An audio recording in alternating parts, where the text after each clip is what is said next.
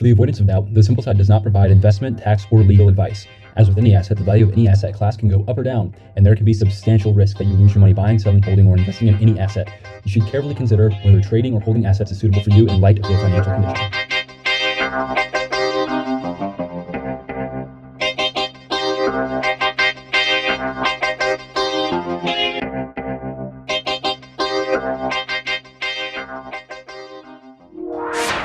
Good afternoon, Simple Investors. Welcome back to The Simple Side, found at thesimpleside.substack.com. You can also find us, of course, on Spotify, YouTube, Apple Podcasts, everywhere that they have podcasts. You can find us there as well. But our newsletter, the main newsletter, our flagship newsletter, is found at thesimpleside.substack.com. So go check us out there. Let's get into some quick updates, and then we'll talk about what happened this week. The daily newsletter that I started is almost up to 10,000 users, and you can check it out by going to The Simple Side Daily. I think if you Google that, it should come up, thesimplesidedaily.substack.com. It should come up if you go there. But if you're on the newsletter, you can click on the link that's right here, and it'll take you directly to the newsletter, so go and check that out. It's just daily updates on stocks, how they're moving, the news around them, and what we expect them to do the following day.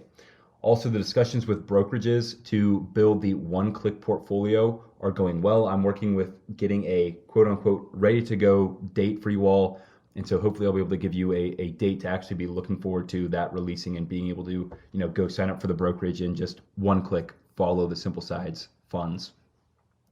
I'm also building out our 2024 letter to investors.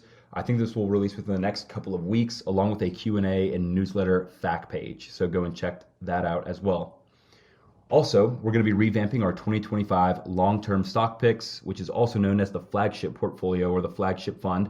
And this should be released after I can get access to most or a couple of companies that I'm waiting to send out their Q4 reports. Once I can get those Q4 reports, I am going to revamp that portfolio. I'll give you all the new weightings and everything, and we will move on from there. Also, I want to know what kind of content you want to see from me in 2025. So in the newsletter, I've got a button that says start the survey. Go and click that, send me a message. Let me know what you want to see. You can also email me at thesimplesidenews.com or at gmail.com, excuse me. Let me fix that in the newsletter. And reach out to me. Let me know. I want to know if you want to see just random stock updates. I want to know if you want to see stock valuation newsletters. Just let me know what you want to see and I'll get it done for you. I want to update everybody and let them know that paying subscribers have access to a spreadsheet that I've created that shows our long-term, our short-term, and our mid-term holdings and the performance, the weightings, and all the above. And you can go and check that out by looking at the spreadsheet that's linked to in the newsletter. Again, thesimpleside.substack.com. Go and check out that link. Again, this is for paying subscribers only. So if you want to go check out this sheet, you've got to go paid. I want to make sure that paying subscribers are getting value for their money, and this is one of the ways I am trying to do that. All right, let's talk about performance this week, and it was rough. It was a rough week, and while the past couple of weeks before this, I think we had a 4 or 5 week run where we had no negatives in our portfolio, in our picks. We were outperforming the S&P 500 every week. Well, it came back to get us eventually. We got crushed over the past 2 weeks, and this week was pretty bad. But over the past 22 weeks, I've returned 15.69%, which annualized turns into 37.08%. During the same period, the SPY has averaged a 4.29% return, which annualized is 10.14%. So we are still crushing the SPY, even in light of our poor performance over this past week. So how bad was this past week? Well, it definitely could have been worse, but we were below the S&P 500 by 1.59%. So not a massive gap, but definitely one that we felt in the portfolio. However, over the past 22 weeks, we've outperformed by 11.4%, and annualized, we've outperformed by 26.94%. So we're still happy with where we're sitting, although we did experience the negative 4% return this week. All right, let's talk about the reports for this week. Of course, that's Politician, Insider, and Executive Trading. The two ETFs that we track were both down this week. They were both up over the past month, and they were both up year to date. I'm going to try to rush through a little bit of this here. I want to talk about some of the stuff that we have for paying subscribers at the end of the newsletter. I just want to highlight some things that we've added. we saw a couple of trades happen this week. Really, over the past 30 days, we've only seen 83 trades happen, which is relatively low. And the total movement of capital has been 1.55 million, which again is relatively low. And this week specifically, there was only 2 sells and 1 buy. So not a lot going on here. The buy was by Pete Sessions, and he purchased Microsoft, ticker MSFT, for between $15,000 and $50,000.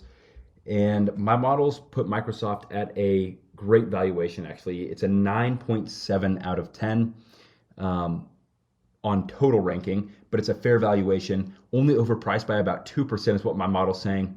But analysts are predicting the stock to return 14.57% over the next year. So we're looking at that. I've also done some research into their return on invested capital, which is 22%. And I've took a look at their weighted average cost of capital, which is now sitting at 10.13%. Now, I know it's a lot of numbers that I threw at you, a bunch of jargon, but I want you to think about it like this. If it costs you $1 to borrow $5, then your cost of capital is $1. But if you can take that $5 you borrowed and make $7, well, then you cover your cost of capital, that extra dollar, and you make another dollar on top of that. So what we want to see is a large spread between the return on invested capital and the weighted average cost of capital, which Microsoft has. It's over 10%. And so for that reason, and for the fact that it's at a perfect, fair valuation, Microsoft is going to be a buy opportunity for the week this week. You can also check out the other trades that happened this week in the newsletter. Go and check it out again, thesimpleside.substack.com. Insider trading was also somewhat exciting. We saw Warren Buffett poke his head out again, although insiders this week were net sellers with an approximate buy to sell ratio of 1 to 1.16. So really, we had sellers just barely selling more than insiders were buying, which does say that we're expecting the market to decrease over the next week. But you know, it's hard to tell just from an insider buy and sell ratio. That being said, we did have some interesting buyers, one of them being Mr. Buffett himself, who bought Occidental Petroleum Company again, ticker OXY.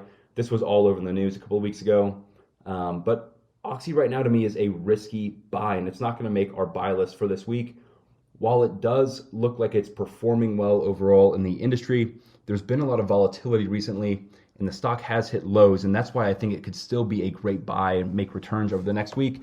But with the volatility that it has, I just got to call it a risky buy. But you can check out the other top 5 buys in the newsletter. Again, thesimpleside.substack.com. Let's talk about executive trading now.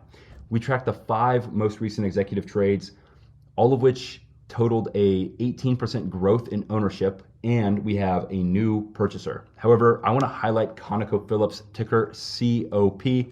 This is a stock I'm actually looking at adding to my 2025 flagship fund. It boasts a solid financial rating on my portfolios of a 7 out of 10, a profitability rank of a 7 out of 10, and these demonstrate the company's ability to maintain high operational and financial standards. They recently acquired Marathon Oil, which makes the company even more intriguing. I think the consistent profitability over the past decade, a lower PE ratio of 11.31 and an operating margin of 25.17% signal efficient management and strong profitability relative to peers in the industry. We're also looking at a momentum increase of 3.24% over the last 6 months, which supports a positive midterm outlook. And for that reason, along with some technical indicators that I jump into in the newsletter, we see this as a buy opportunity for the next week. So this is going to make our buy list, and you can see more about that if you're a paying subscriber. Again, here's a quick update for all the paying subscribers. What I've decided to do over this past week, I realized that I input a bunch of expected percentage returns, and a lot of those expected percent returns got hit last week on Monday before the market took its big dip. And what I failed to mention was that we should have been cashing out at those expected max weekly return percentage points. So then we ended up experiencing the big drawdown. And of course, I forgot to mention that. That is on me. But this week, I want to make sure that you know these percentages are basically take profit percentages. These are places where I feel comfortable selling the stock and taking profit. So in all the buys that I have this week, you'll see an expected max weekly return. And those are going to be percentages where I feel comfortable cashing out Of course, if it doesn't hit that, I won't be cashing out, but if it does, I'll be selling at that percentage point and taking a maximum return there. Again, if it's a Monday and it's midway through the day and we're up 1% and it doesn't seem like we're going to be taking a massive drop before the end of the day, I'll probably hold until the end of the day and then sell it there and just capitalize on the returns. I mean, same thing if news comes out from Microsoft, for example, and we think the company's going to perform really well at the end of the week because they're acquiring some major AI player, then we'll watch the stock again and we won't cash out at that 1% return. But for the most part, these are safe percent returns to capitalize on. And so we'll be including those from here on out. We also will be including a total portfolio expected weekly return. Again, remember, when you're trading and you're making 1% a week, that 1% a week compounds to 52% a year. 2% a week, again, 104% a year. And so what we're trying to do is just get to that 1% a week mark. And of course, we're going to be trying to do better than that. So this week's total portfolio expected weekly return is 2.4%. And so we're going to hope that we hit that. We'll be watching everything closely, and we'll look forward to you joining us next week.